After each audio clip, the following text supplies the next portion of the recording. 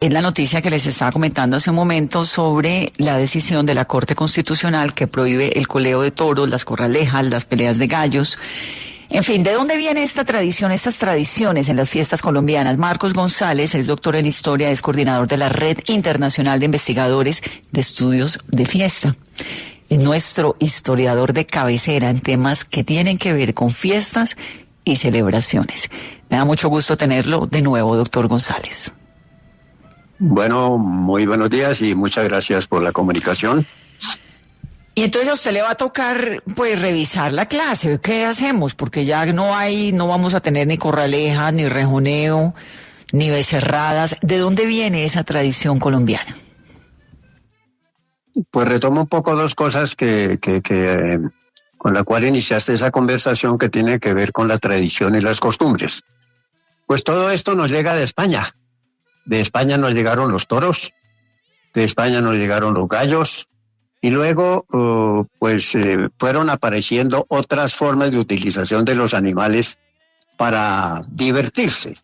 Uno pudiera decir que sí, si fueran tradiciones, como dice el historiador Hobsbawm, una tradición se puede reinventar.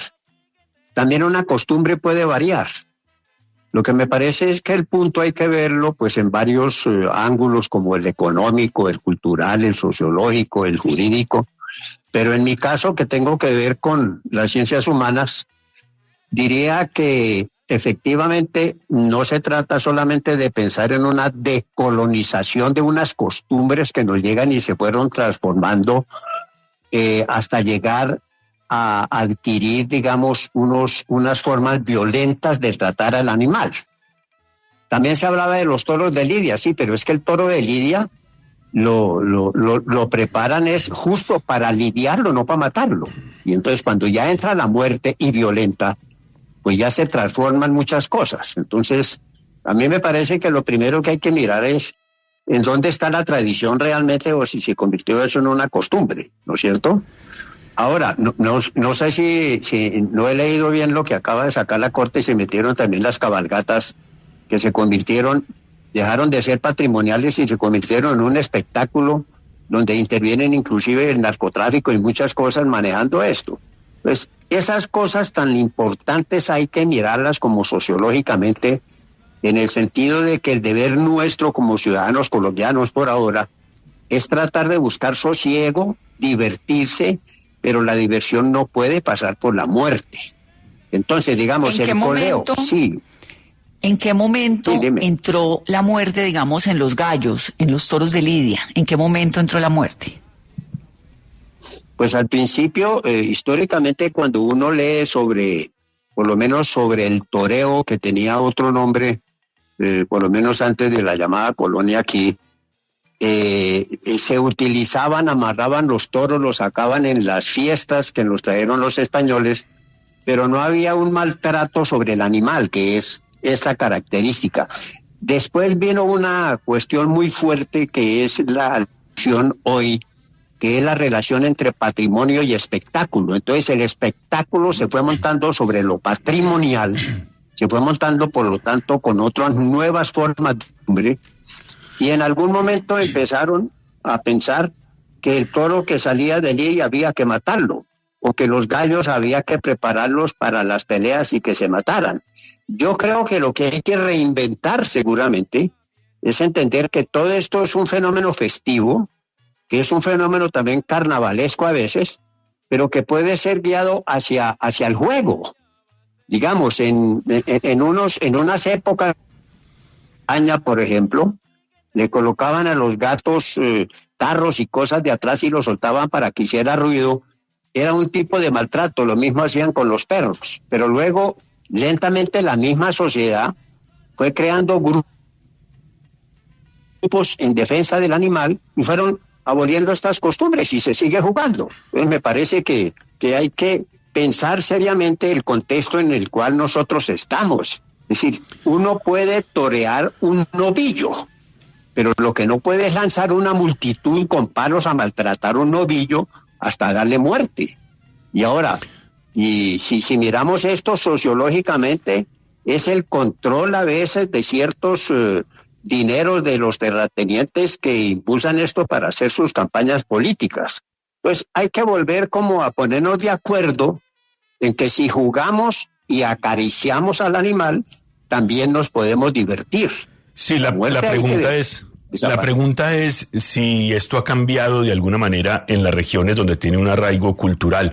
Sabemos que el tema de defensa de los animales, de respeto a los animales ha ido creciendo en los últimos 30, 40 años. Después de la Constitución del 91 también ha habido más conciencia. Esa conciencia ha llegado también a los lugares donde esto tiene arraigo. Mejor dicho, en Sincelejo las corralejas son distintas, en Caucasia, aquí en Antioquia, son distintas de las que se hacían hace 30 años. ¿Ha llegado allá alguna conciencia? No solamente hace 30 años, lo puedo hablar de que hace 300 años se sacaban los toros y se hacía una cuestión parecida. Existían las cuadrillas que las trajeron los españoles, ¿no es cierto? Para decirle, lo que yo a veces cuando yo he ido a mirar, porque me la paso recorriendo fiestas en América, cuando he ido a mirar, todavía se conservan en muchas partes la relación de esta diversión con el trago, con la política, con el control del terrateniente, y entonces pues no es que haya mucha variación. Entonces hay unas quejas de que se está prohibiendo el derecho a divertirse. Yo no creo que sea por ahí. Yo creo que esto es un aprendizaje, también tiene que haber una pedagogía, primero por el respeto de los animales. Segundo, en Colombia es muy importante hablar de la vida de todos, y el animal y los seres humanos. Entonces yo creo que por ahí pedagógicamente nos podemos poner de acuerdo, a ver si logramos algunas variaciones. En ese orden de ideas habría que prohibir el sancocho de gallina. Y en ese orden de ideas habría que prohibir la lechona. Yo no he visto algo más grotesco que una lechona, un marrano mirando así de frente lleno de arroz delicioso, la lechona real no tiene arroz. La ternera a la llanera. ¿Usted ha visto lo que es una ternera a la llanera? La vaca ahí expuesta. Los acuarios. Tener gatos. El gato es el felino. El felino es el animal más salvaje por definición. Debería estar corriendo por allá en las llanuras de África y no encerrado en casas. Los perros. Es decir, si llevamos todo a esos extremos, vamos a terminar entonces prohibiendo hasta el sancocho. Seguramente que habría que mirar todo lo que es la historia de la gastronomía en el mundo, ¿no? Porque prohibir un sancocho de gallina o prohibir una ternera a la llanera, pues es otro tema muy diferente del que nosotros estamos hablando. A mí me parece que la gastronomía también tiene sus raíces y ahí no existe el fenómeno violento de la muerte, ¿no es cierto? Porque si uno le pone a mirar, entonces la ballena se come al pez chico y ya es un nivel de supervivencia y no la podemos atacar por eso.